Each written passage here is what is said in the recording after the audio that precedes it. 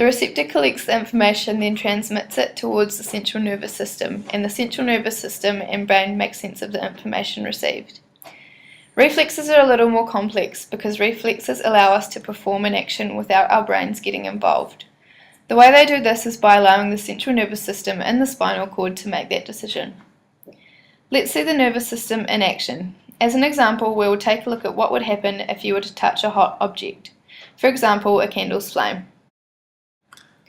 As your finger approaches the candle flame, receptors in the tip of your finger detect the heat. The receptors send that information down a neuron towards the central nervous system. The type of neuron which is used for sensing information and dealing with sensory information is called a sensory neuron. When the information passing along the neuron reaches the central nervous system, it needs to pass on that information to another neuron.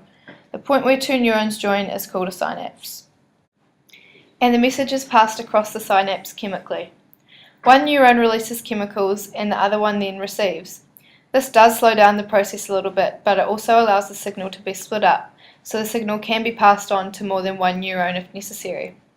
In this case, the signal would be sent on its way up towards the brain, but it would also be passed to a relay neuron inside the spinal cord.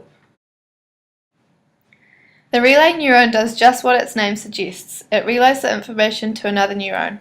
In this case, the neuron which it passes it onto is a neuron that causes something to happen, and again, these two neurons are joined by a synapse.